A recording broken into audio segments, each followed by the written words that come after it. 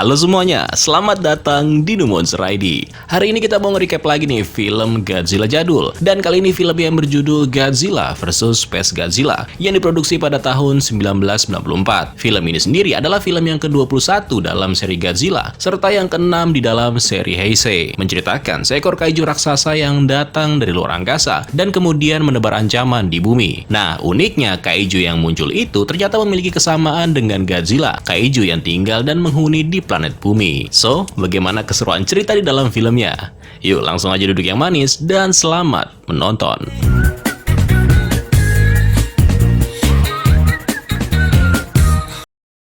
Satu tahun setelah kekalahan Super Mega Godzilla di tangan Godzilla, Pusat Penanggulangan Godzilla yang dikomandoi oleh Perserikatan Bangsa-Bangsa atau disingkat UNGCC telah menyusun dua rencana alternatif yang nantinya bisa mereka harapkan untuk menyelesaikan masalah utama mereka, yaitu menghancurkan Godzilla. Rencana pertama UNGCC mengerjakan sebuah proyek yang dijuluki sebagai Project M yang membuat semacam mesin tempur anti-Godzilla yang diberi nama Moguera. Mesin baru ini dianggap sebagai senjata yang paling mutakhir untuk bisa mengalahkan Godzilla, karena di dalamnya berisi persenjataan seperti meriam laser plasma yang mirip dengan rudal spiral milik Mechagodzilla. Terus mesin itu juga memiliki kemampuan perjalanan ruang angkasa yang sangat canggih, dan juga kemampuannya untuk membelah mesin tersebut menjadi dua bagian, di mana kemudian terbentuk dua kendaraan yang berbeda, Land Moguera dan juga Star Falcon. Land Moguera berfungsi sebagai kendaraan penggali, sedangkan Star Falcon adalah sebuah pesawat terbang yang mirip dengan Garuda. Nah, rencana yang kedua, mereka juga mengembangkan sebuah proyek yang dijuluki sebagai Project T.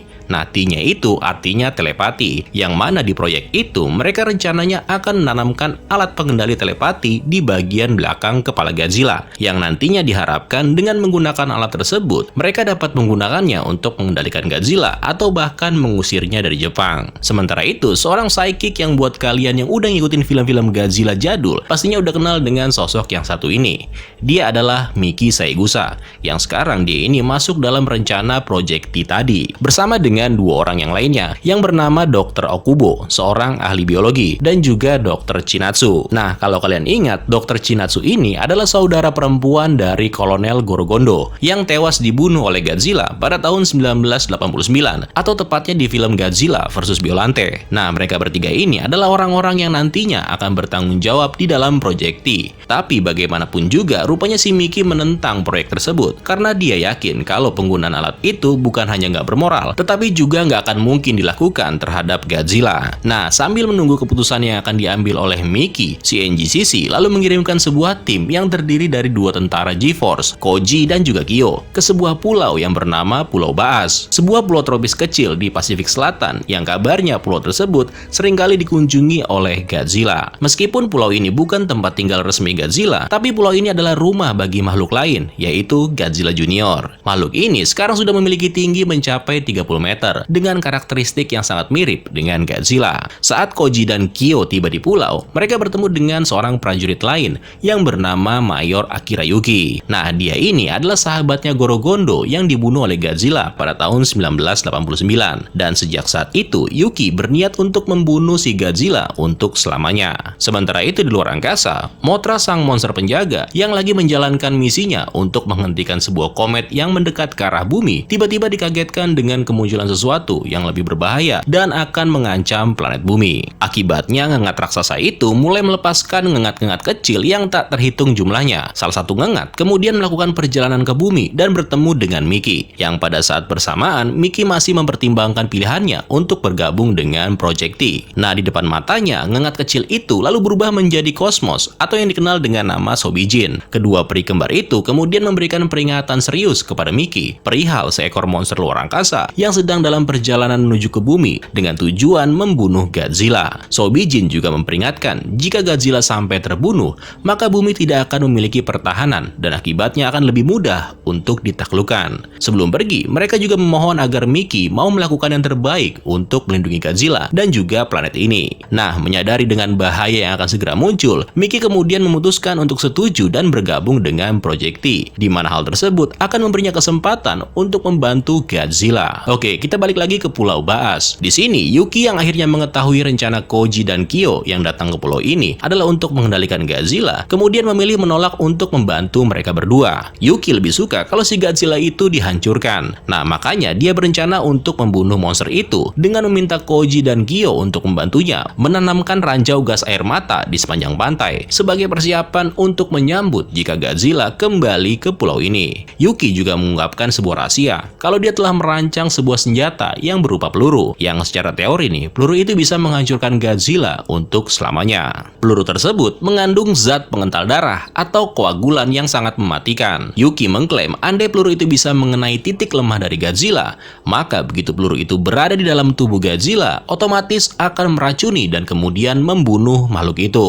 Sementara itu, sebuah pertemuan diadakan di G-Center antara UNGCC Jepang dan juga perwakilan dari NASA untuk membahas kejadian aneh yang terjadi di kapal penelitian antar planet milik NASA. Dalam file video yang ada di dalam kapal menunjukkan kalau pesawat itu secara tiba-tiba mengalami gangguan listrik yang kemudian disusul dengan hancurnya area di sekitar lambung yang disebabkan oleh benda aneh seperti kristal. Nah, karena nggak dapat menemukan penjelasan atas kejadian aneh itu, NASA hanya bisa berspekulasi kalau kemungkinan kejadian itu adalah ulah dari sejenis monster besar. Respon cepat kemudian diambil oleh UNGCC dengan meluncurkan Moguera keluar angkasa untuk mencegat dan mencoba menghancurkan benda apapun itu. Di saat yang bersamaan, Miki bersama dengan Dr. Okubo dan juga Dr. Chinatsu tiba di Pulau Baas. Di sana mereka bergabung dengan Koji, Kyo, dan juga Yuki untuk menguji projekti pada Godzilla yang diharapkan nantinya makhluk tersebut akan mengunjungi pulau itu lagi. Singkat cerita nih, beberapa saat setelah mereka sampai, tiba-tiba terdengar beberapa ledakan yang berasal dari pantai. Dan ketika diselidiki, ternyata itu adalah ulah dari Godzilla Junior yang lagi asik berkeliaran di pinggir pantai, yang secara nggak sengaja memicu ranjau gas air mata yang sebelumnya udah dikubur oleh Yuki.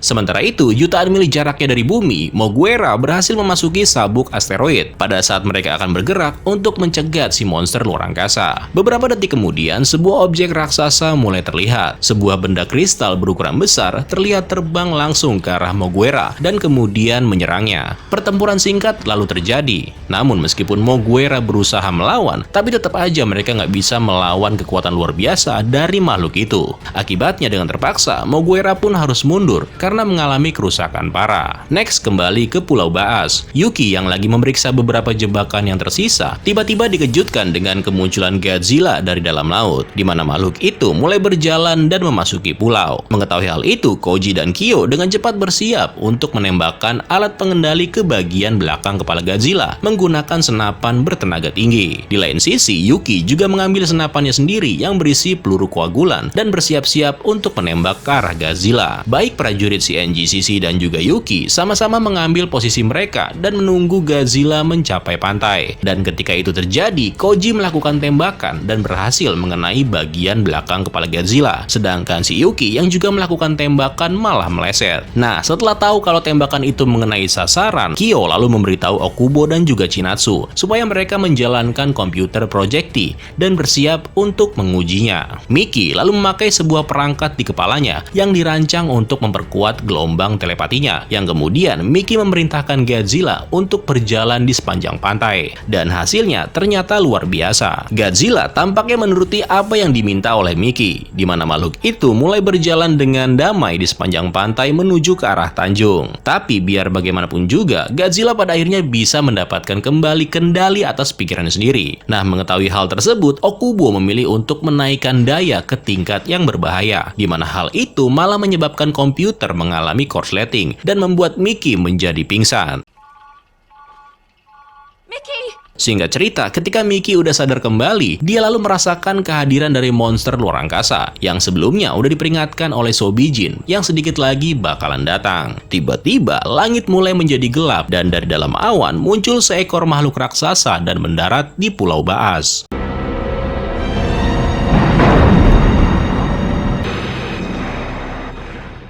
Pada saat mereka melihat wujud dari monster luar angkasa itu, Mickey dan yang lainnya terkejut ketika melihat kalau makhluk tersebut memiliki kemiripan yang mencolok dengan Godzilla, yang kemudian nantinya monster itu akan dikenal sebagai Space Godzilla. Nah, si Godzilla Junior yang kebetulan mengetahui kedatangan satu sosok yang mirip banget dengan bapak angkatnya, lalu memutuskan untuk berjalan dan menyelidiki siapa yang baru datang itu. Tapi sayang, Space Godzilla malah menyerang si Godzilla Junior menggunakan Corona Beam dengan sangat brutal. Godzilla yang tahu kalau anaknya lagi disiksa langsung datang nih dan kemudian menyerangnya. Namun sinar atom yang ditembakkan Godzilla rupanya berhasil dibelokkan ke arahnya oleh sebuah perisai energi yang diproyeksikan oleh Space Godzilla. Mickey dan yang lainnya menyaksikan betapa ngerinya bagaimana Space Godzilla menyerang Godzilla dan anaknya tanpa henti. Apalagi ketika si Godzilla berhasil dijatuhkan. Dia hanya bisa menyaksikan Godzilla Junior diangkat oleh energi telekinetik Space Godzilla dan kemudian dikurung di dalam penjara kristal. Yang kebetulan juga kristal-kristal itu telah memberikan Space Godzilla semua energi yang dia butuhkan. Nah, karena Godzilla nggak bisa menyelamatkan putranya, pada akhirnya dia dengan terpaksa harus meninggalkan pulau untuk memulihkan diri. Setelah kejadian itu, Okubo menyatakan kalau proyek tim mereka udah gagal total. Karena itu, dia meminta kepada yang lainnya supaya bersiap-siap untuk meninggalkan Pulau Baas. Namun di sini, Mickey memutuskan untuk tetap tinggal karena dia sangat mengkhawatirkan keselamatan dari Godzilla dan juga putranya. Nah, keputusan itu rupanya juga diikuti oleh Koji dan Kyo yang sama-sama memilih untuk tetap tinggal, sementara Yuki, Chinatsu, dan juga Okubo harus kembali ke UNGCC. Next, kita balik lagi ke Mugiwara, yang meskipun mesin tersebut nggak mampu mengalahkan Space Godzilla, tapi mereka ternyata berhasil mengambil sampel sel dari makhluk itu. Dalam sebuah pertemuan dengan semua petinggi dari UNGCC, Dr. Chinatsu membandingkan temuan itu dengan sampel sel milik Godzilla, di mana terbukti kalau keduanya ternyata identik. Para ilmuwan lalu berhipotesis kalau hal itu terjadi disebabkan oleh salah satu dari dua peristiwa. Pertama, sel Godzilla yang terbawa keluar angkasa sebagai bagian dari spora kecil Kaiju Biolante yang terbang keluar angkasa setelah sebelumnya dia kalah melawan Godzilla pada tahun 1989. Atau hipotesis yang kedua, yaitu tentang bagian tubuh Godzilla yang menempel pada Mothra setelah pertarungannya dengan Godzilla pada tahun 1993. Dari kedua hipotesis tadi, sel-sel itu kemudian bersatu dengan organisme asing kristal sebelum tersedot ke dalam lubang hitam yang bermutasi dan kemudian terdorong keluar melalui lubang putih dalam bentuk makhluk hidup yang mampu hidup di luar angkasa, yaitu Space Godzilla tadi. Nah, karena sekarang Space Godzilla yang menjadi ancaman, maka pemerintah nggak punya pilihan selain menggunakan Mugiwara, di mana Mayor Yuki yang kemudian ditunjuk untuk mengemudikan mesin itu. Oke, kita balik lagi ke Pulau Baas. Singkat cerita, beberapa jam kemudian saat Mickey dan yang lainnya lagi pada tidur, tiba-tiba ada sekelompok orang yang langsung menyerbu ke dalam camp. Di sana mereka memukuli Koji dan juga Kyo serta menculik Mickey. Nah, akibat kejadian itu, Koji dan Kyo terpaksa harus kembali ke Jepang, di mana mereka akhirnya mengetahui bahwa dalang di balik penculikan Mickey adalah si Dr. Okubo, yang sebenarnya dia jugalah yang udah sengaja menyabotase Project T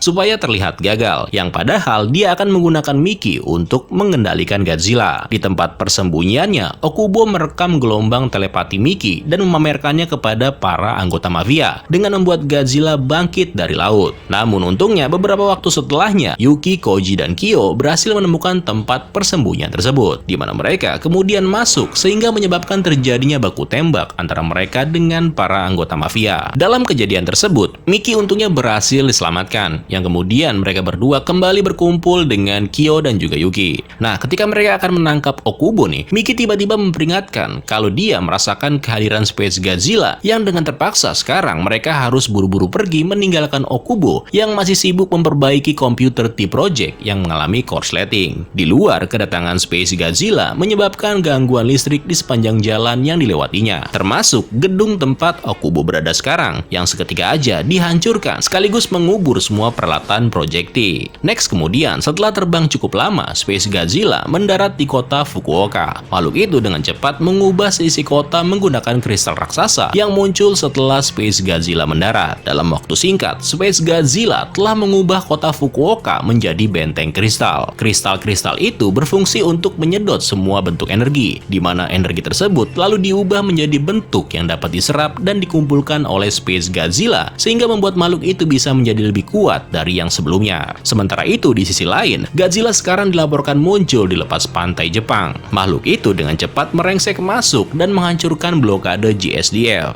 Di UNGCC, Yuki, Koji, dan Kyo sedang bersiap untuk mengemudikan Mugiwara dalam rangka untuk melawan dan menghancurkan Space Godzilla. Namun alih-alih menyerang Space Godzilla di tengah jalan nih, Yuki malah mengubah haluan dengan maksud ingin membalaskan dendamnya terhadap Godzilla. Dia mengubah rute perjalanan Mugiwara dengan terbang ke lokasi di mana Godzilla berada, sehingga otomatis meninggalkan kota Fukuoka tanpa pertahanan. Tapi untungnya Koji yang gak setuju dengan apa yang dilakukan oleh Yuki dengan terpaksa harus membuatnya pingsan. Dan dari sana Koji dan Kyo kemudian berhasil menguasai Mugiwara dan memutar kembali menuju ke arah Fukuoka. Singkat cerita, sampailah Mugiwara di benteng kristal dan mulai menyerang Space Godzilla. Continuous fire.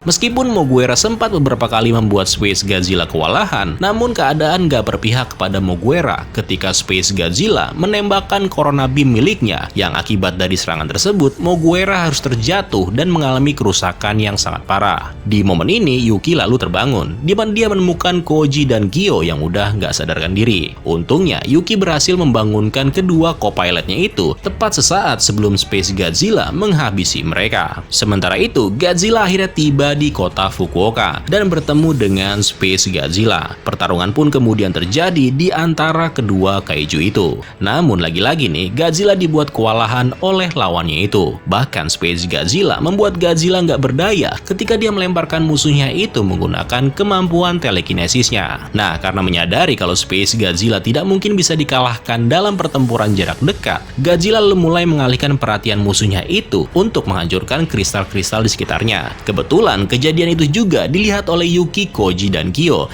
yang lagi memperhatikan taktik yang digunakan oleh Godzilla. Mereka memperhatikan bahwa ternyata Space Godzilla mempergunakan menara Fukuoka sebagai alat untuk menerima energi, sehingga dari sana mereka menyimpulkan kalau menara itu adalah sumber energi utama bagi Space Godzilla. Nah, akhirnya mereka bertiga memutuskan untuk membantu Godzilla dengan menghancurkan menara Fukuoka. Mereka lalu membelah Mugiwara menjadi Star Falcon yang dikendarai oleh Yuki, sementara Koji dan Kyo akan mengendalikan Land Mugiwara.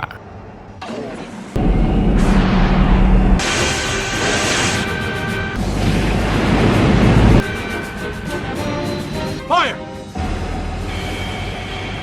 Ya, strategi mereka ternyata berhasil. Bersama dengan Godzilla, mereka menghancurkan menara Fukuoka. Sehingga dengan begitu, sumber energi utama Space Godzilla menjadi terputus. Dari sana, Land Mugiwara dan juga Star Falcon lalu bergabung dan membentuk kembali Mugiwara, di mana Godzilla dan Mugiwara lalu mulai menyerang Space Godzilla yang melemah secara bersama-sama.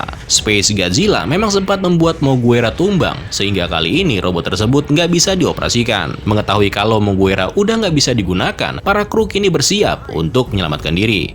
Tapi di sini Yuki ternyata memilih untuk tetap tinggal demi menuntaskan dendamnya kepada Godzilla. Yuki mencoba mencari kesempatan nih untuk menembak Godzilla. Namun karena nggak dapet juga momennya, dia secara nggak sengaja malah mengaktifkan roket Mugiwara, yang akibatnya malah membuat robot tersebut terbang dan menabrak Space Godzilla. Untungnya si Yuki nggak kenapa-napa karena dia ditemukan selamat oleh Koji dengan keadaan tersangkut di pintu darurat. Sementara itu di pertarungan, Godzilla menggunakan spiral heat ray miliknya untuk menjatuhkan Space Godzilla. Dia menembakkan sinar merah itu sebanyak 4 kali dan kemudian menghancurkan Space Godzilla.